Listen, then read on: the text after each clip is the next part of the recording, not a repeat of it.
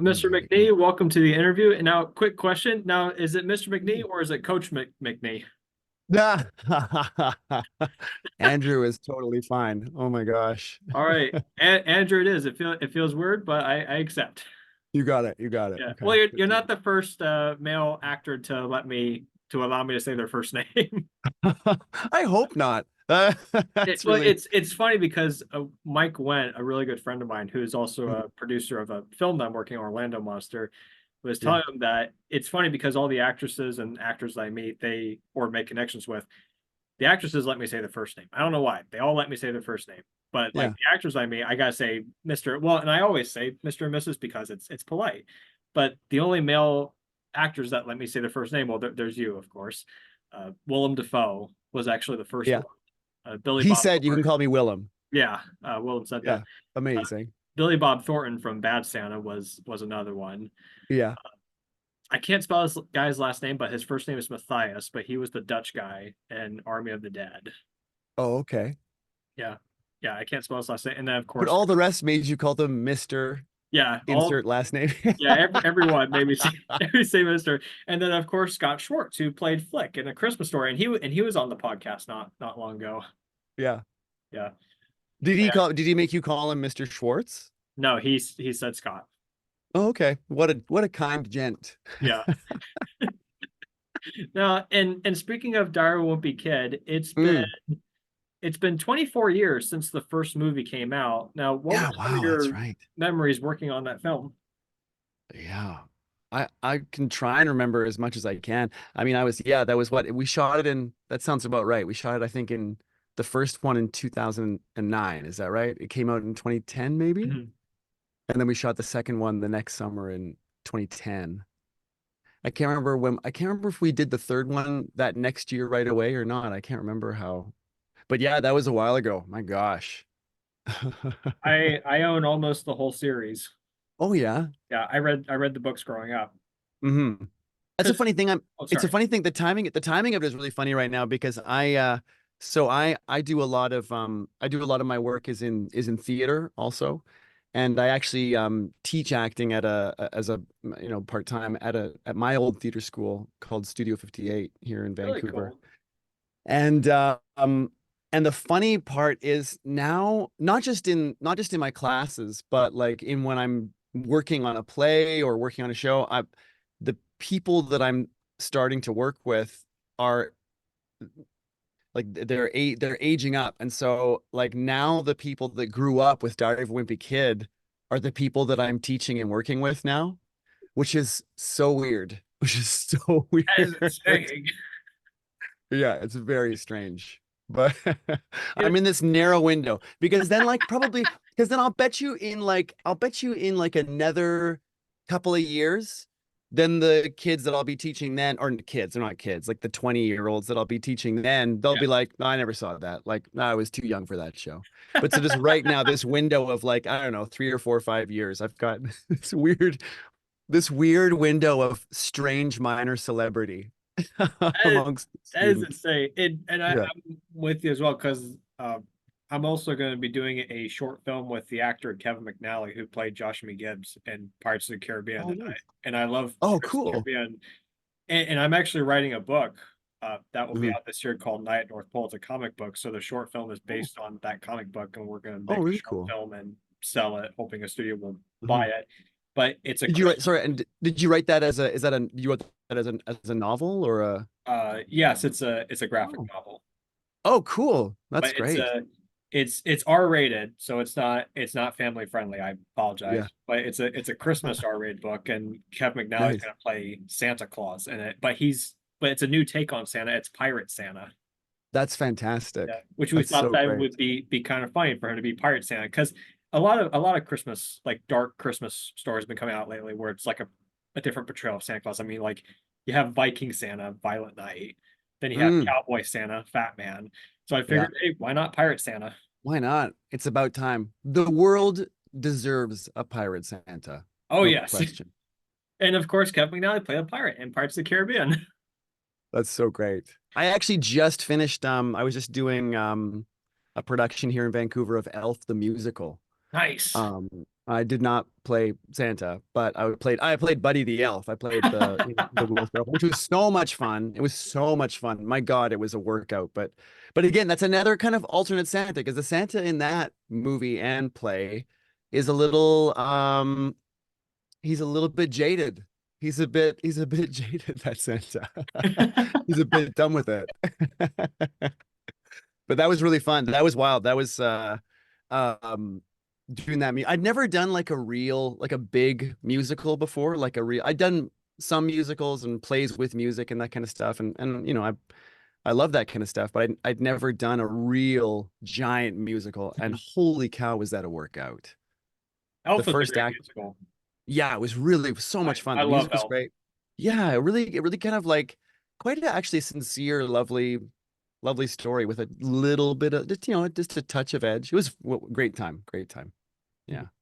And speaking of music, you also, I mean, besides being a Darwin Wimpy Kid, you also played a music teacher in Ramona and Beezus. That was That's right. also based on, but now because you said you're Canadian, right? Yeah. Now Yeah, I'm here. I live in Vancouver. Yeah. were both those movies shot in Canada, or were they? Yeah, they were both shot in Vancouver. They did all three Wimpy Kid, well, the first original three before the reboot. They did all those here in Vancouver. I'm not, they might have done the other ones, the reboot ones up here too. I'm actually not sure, to be honest. And then yeah, Ramona and Beezus was here too. Yeah, yeah. Yeah. And your co-star Joey King, who is in Ramona and Beezus, did you think that she was going to go on to doing big projects in her career, or? Yeah, sometimes, yeah, it was interesting. That was actually an interesting summer. I think 2009, if I'm not mistaken. That was because I did both those movies that one summer. Both Ramona and Beezus and Wimpy Kid, I think. And both of those films had young women in them that uh kind of had a strange something about them. And one was her, and the other one was Chloe Moretz in Oh yeah. Wimpy Kid. And not to take anything away from the other actors, or the guys in those, the boys in those movies, but definitely seeing those two kids, those two girls, thought, oh, they're they're gonna do some stuff. Like it was interesting. It was interesting to especially Chloe Grace Moretz. I remember seeing her and thinking like, oh, that's she had sort of for lack of a better term, that kind of Jodie Foster thing, or when you look at Yeah. Jodie Foster when she's younger, you're like a grown up. And also, who's the other one? Who's the other one that's like that? Oh, why can't I think of her name right now? Oh, it's infuriating. Oh, Dakota Fanning. You see Dakota Yes. Fanning. I remember seeing what was that movie? Man on Fire. Is that what it was called? Man on Fire. The Man on Fire, which was such a good. I love a revenge movie, and that is such a good revenge movie. And I remember seeing that and thinking, like, how did they put that old lady inside that tiny girl's body? It's like an adult trapped inside of a kid. Yeah, Kind of like the yeah. movie Big with Tom Hanks, where It's totally like 13-year-old is Big. stuck in a 20 Yeah, something year. it's like the reverse. It's like the anti-Big. You're like, wow, what did they do to that poor lady? Or and besides Big, you also have Shazam. Yeah, yeah, totally. Oh my gosh. It's Yeah. funny because I actually for Christmas my grandparents bought me a movie. It's one of my favorite movies that Chloe was featured in. It was the Johnny Depp version of Dark Shadows. I don't know that one. Well, there was the TV show Dark Shadow from the Hmm. 60s or 70s, where it's about the Yeah. vampire that lives. It's kind of like Alf, but instead of an alien living with a family, it's a vampire living with a family. But the Johnny Depp was in a movie version that Tim Burton Yeah. made. I know, I can't believe I've never, because I love Tim Burton. I can't believe I've never seen that. Is that that kind of sounds like, kind of feels, has that sounds a bit like, have you seen that What We Do in the Shadows? Have you seen that? Yes, yes, I've Kind seen of that, part of it. yeah. The Yeah, film, I've only watched like a first, maybe half of the first season of the TV show, but the film, like the original film that it's based on, oh my God, but so Chloe good. plays she plays the daughter to Michelle Pfeiffer's character in the movie. Oh, okay. Yeah, Oh, gotcha. All right. it's a good movie. It's really well Yeah. done. My mother What's it called? wasn't. Dark It's Shadows? called Dark Shadows. My mother wasn't a fan because she's not big into vampires, which I get it. But the movie's well done. It's hilarious. Yeah, Yeah. that Have sounds you fun. I'll have watched to check it out. Wednesday? Netflix's Wednesday? Yeah, I didn't watch the whole thing. I didn't watch all of it, but my wife got really into it, and I caught some of the episodes with her. I found that, I find that when I'm so this last year, I had a calendar year where I was doing like a lot of theater. In fact, like a full calendar year of theater, no breaks, which was great, really wonderful. But it means that uh between that and then parenting in the daytime, I don't all my time to watch shows is gone. So it was Understood. like a year. It was like a year where I was forcibly unplugged from all pop culture. So I'd catch my wife watching something. I'm like, what's this? She's like, this is Wednesday. Oh, it looks so cool. And then I'd watch a tiny bit and then have to leave, have to go to work or whatever. Yeah. So I saw bits. It looked good. Looked Yeah, great. it's hilarious. It's not Hmm. the, when I heard about it, I wasn't like, because I don't really do sequels or remakes for a lot of Mm. reasons, but no offense, but Yeah.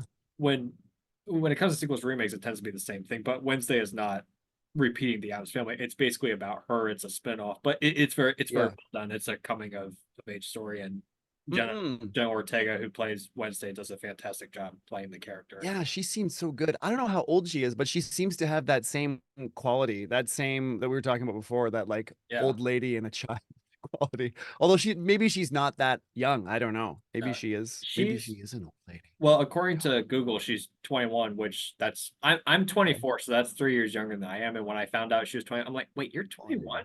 That's like, it's Yeah, funny. I thought you were. I thought you were like 14 or something. Yeah.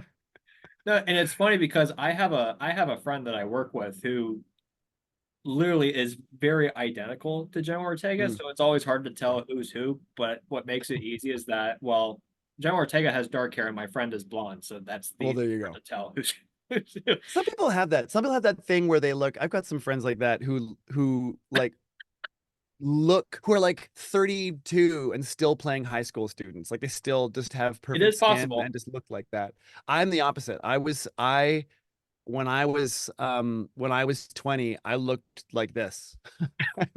when I was when I was I have the opposite issue. When I was I've looked middle-aged as soon as I could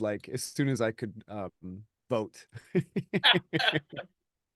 Yeah. Pedro Pascal, what a mustache. He's like his mustache is like the modern day is like the he's his mustache is the modern day Tom Selleck. Tom Selleck was so his mustache was so great in the 80s, Oh but yeah. today we look at his mustache now. Let's have a whole mustache. This we should change the podcast theme to mustache talk.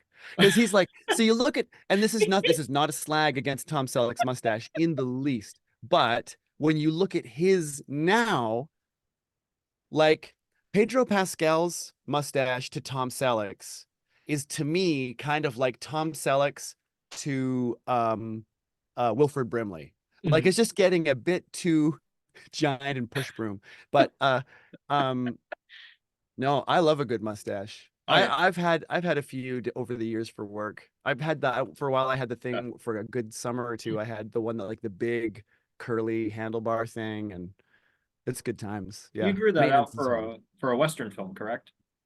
That was for a Western, actually for a play. I was doing a Shakespeare, I was doing a cowboy version of Taming of the Shrew. Nice. And I was playing Petruchio. And so I had a big old cowboy mustache for that one. Yeah, that was fun. Got to learn Well, some gun tricks for that one. That was a hoot. well, if you're into Shakespeare, I've got a recommendation for you. Oh, please, by all In the means. UK, there was a BBC show called Blackadder with the Yeah, actor. love Blackadder. Yeah. Oh, you've seen Blackadder. Oh, yeah, of course. I watched the Christmas one and the time travel one every Nice. Christmas. Like the I'm Canadian, right? So Canadian, like for us, Blackadder, Monty Python, that's like required watching as a of Canadian course, child. of course. Yeah. And and besides acting, you also do a lot of voiceover work. And now, I do a fair bit. Yeah. do you enjoy voiceover, or do you enjoy being in front of the camera, or do you enjoy a bit of both? I love both. That's been my that's kind of I feel like my thing is I love to do a bit of everything. That's kind of how I've made my living. Been able to make a living in this career is being willing to just say yes. Mhm. And so for me, that's film, it's TV, it's commercials, it's voiceover, it's cartoons, it's theater, and even within theater, being willing to do Shakespeare or contemporary or musicals or whatever. I love to do it all. Yeah. Very cool. And Yeah. for people that want to go into the acting business or teach Mhm. acting, what is the best advice you would pass on to them? Oh man alive. You know, one thing is to study, is to train. I think um one thing I've been talking to my students a lot lately is about, not a lot, but is about craft, Mhm. and like the difference between art and craft. So my take on it is, for example, in theater or in film and TV, I guess doesn't either way, but like art, to me, art is the kind of the magic that happens on stage, or the magic that happens in front of the camera. It's the thing that you open your heart, and you get yourself prepared, and it's whatever that magical thing happens when you make that moment come alive with that other person. Craft is being able to do it every day, whether you feel like it or not. And because sometimes, if you're doing a play, for example, you're doing that show, it starts every day at 8 o'clock or 7:30 or whatever curtain time is, it's going to happen. And if you're, it's the difference between talent, art and craft is kind of like talent and work ethic. Um, People often, I think, talent is important, obviously, but I also think that talent is cheap. I think talent doesn't make people as special as they think it does.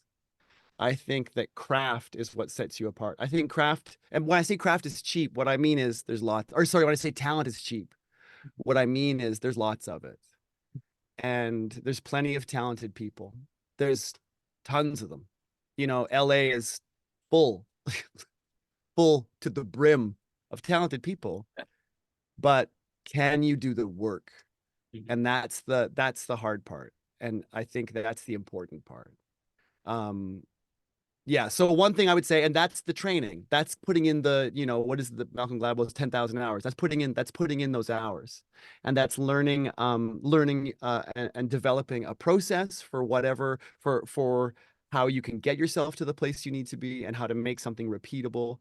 Because it's one thing to be able to do something honest and true on camera, but if you can't do it again for someone else's, for the rest of the coverage and for all the other takes, then what's the point? Understood. um you need to be able to um put that talent in a container, and the container is the craft. If that I think I used about 6 different metaphors in No, it's describing that. perfect. It's perfect. It's well done. I love it. Hmm. Uh, Yeah, now, so that's that's oh, that's the sorry. one thing I'd say. I would say training, um and then I would also say time. Like it's not gonna happen like that. Like it might happen fast, but it's probably not. And your job as an actor, your job is to be honest, your job is to be told no most of the time, Oh yes. and to be willing to do that. Like I remember hearing a friend of mine who's a stand-up, talking about like that their job is to be fully willing to bomb every time they go on stage, and to be like totally fine with that. That's the work. Mhm. It's the same thing in theater and acting and film and TV. Your job is to mostly be told no, and to persist anyway. Yeah. Very good. And It's an act of insanity. we are coming down to the end of the interview, and we have two Mm, famous questions. yeah. The first question is from my mother, and Okay. she Say hi from me, by the way. I will, I will. I haven't seen her in ages. Uh, Literally what you just did right there, that actually sounds like what something one of her friends would do. oh, it's so good. Because one of my guests on my podcast is actually a friend of hers in real life. He's a radio host named Paul James. Oh, no way. Oh, that's great. But anyhow, she loves the Darren Wimpy Kid films, Oh, and great. she wants to know if you had to, not every day, but if you had to spend the rest of your life watching one movie, what would that movie be? Oh, wow. the rest of my life. What's your life? Okay, now, okay, I have to just ask one question about this. Is she implying that this would be like Clockwork Orange style, like I'm in a chair and I cannot stop watching this movie? Or is it No. that like anytime that I want to watch a movie, it's gonna be this one? Oh yes, that's what she wants to do. Okay. Okay, thank God. Because otherwise I Yeah. thought your mother was a sociopath trying to kill me. No, no, no, no. Okay. She would never do Uh, Clockwork Orange. That she hates that movie. fair enough. Okay. So do my I, grandparents. it might be okay. Um, um, the first impulse I have is maybe Royal Tenenbaums. Um, Yeah. I just love it so much. So beautiful. It makes me cry every time, like every time I see it. But then there's another thing that okay, so when I was I I I don't love I'm not sure how to say this without sounding weird. I have a weird time being alone in the house in my when I'm, you know, I get lonely. And so when I'm by myself, if it's the daytime and I'm, don't have a show till the evening and the kids are at school, my wife's at work and I'm puttering around doing stuff, cleaning or whatever. Sometimes I'll put on music or a podcast to listen to, but sometimes I'll just put a movie on the TV so that I hear something familiar and it's always a movie that I've seen. And I'll put because I don't want to have to pay too much attention to it. Understood. Um, but I want to have like familiar voices. And I think I do it because I want to hear like it's as though it's as though I have a friend in the house who's Mhm. just like, oh, they're just over there talking. And so like there's some movies that I'll put on all the time that are go-tos. And I don't know if that means that I would want to watch them forever, but like Godfather 1 or 2, I'll put those on all the time. Um, maybe what else? Maybe one of those two, maybe either one of the Godfather movies or Tenenbaums. I also have a real soft spot for anything science fiction Same. or anything up to be honest, anything apocalyptic. Anything where like if there's a movie where like three-quarters of the world dies, I'm in. I You don't know what that says about me, but I just love it. and when you say apocalyptic, do you also do zombie apocalyptic movies Oh as yeah, well? totally. Zombies, asteroids, climate change, anything. Any reason for any reason, Cthulhu coming to the earth, anything that happens. I don't care. If there's a reason why the earth is going to split in two, oh my gosh, show me. I want to see it. And for the final question, Yeah. what was your favorite retro product growing up in the 80s? Oh. I was really okay, so in the 80s, yeah. So, because that's right in the pocket for me, right? I was like I was always in the grade of the year. So like 1985, I was grade 5. 1986, I was grade 6, that kind of thing. So for me, oh man, the two biggest products for me were Transformers Nice. and GI Joe. I love those are my favorite. Those were my favorite toys growing up. There was also, oh my God, there was also, so I loved a lot of that, like that early anime that came to North America. Like I remember watching Akira, Good movie. for the first time I think with my cousin. Um, and there was also this, oh my God, there was this Saturday morning cartoon, and it was called Battleship. Oh shoot. Let me, I'm gonna Google it really quick here. One second. Okay. This is all happening in real time, folks. Was it Battleship Yamato? Hold on a second. Yep. Yeah. Battleship. Yes. Oh, wait. Is that the right one? Let me double check. I got the right one. Yep. Dang. That's it. I think that's it. Battleship. Is it Yamato? Not Yamato. Yamato? Anyway, holy cow. It was this kind of like, I also loved Robotech. Did you ever know that one? My Do you know my dad's a Robotech? Robotech fan. Loved Robotech. Battleship Yamato was like pre-Robotech. It was kind of like more maybe late 70s kind of thing. And it was this like World War II era battleship that was a spaceship, but it was like it was like seeing it was like seeing a big, like literally a World War II destroyer flying through space. And the whole front of the ship's hull was a big hole. And it was like the whole length of the ship was a gun.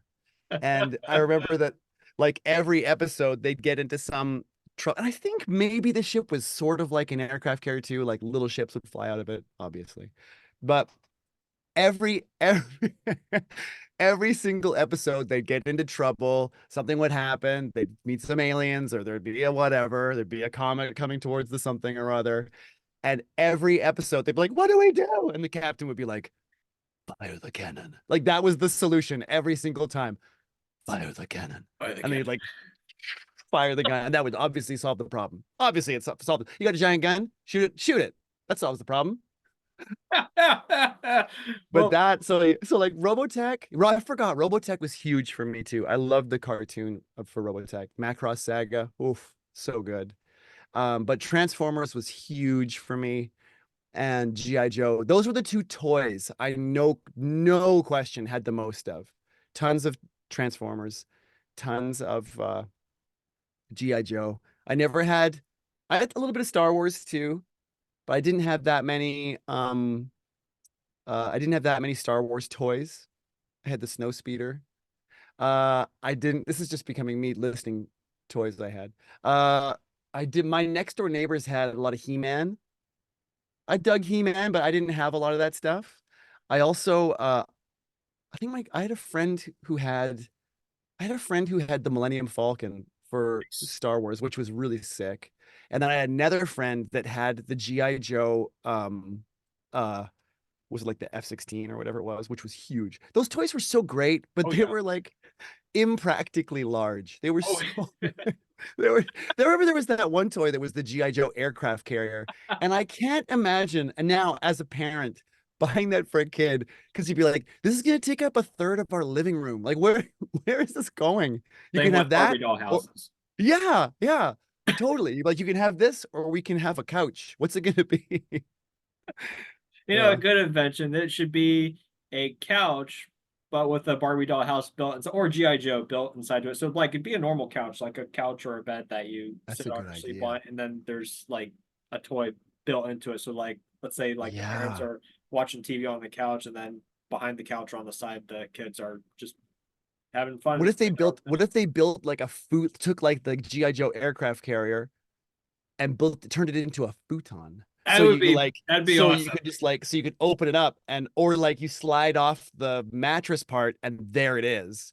Or I once saw, that new that like that I don't know how it's really expensive, but the giant, the newer giant Lego Millennium Falcon that you can Yes. get, that's like $1,000 or whatever it is. Like it's maybe even more than that. I'm not sure. It's like so expensive. But Inflation has, who knows what inflation has done. I mean, plastic is expensive, I suppose. Um, big plastic is really gouging us these days. But I remember uh seeing a guy that built that. And the thing I would be terrified of is like breathing on it wrong and it all falls apart. And so he did the thing where I think he glued it together, but then he built this giant acrylic cube, because that thing is huge. He built this giant acrylic cube and placed it inside of it and then sealed it in. And now it's like a coffee table. So his coffee table is this acrylic cube that has the Millennium Falcon inside of it. I thought that's pretty good. That's really cool. Yeah. Andrew, thank you again for joining today's Yeah. interview.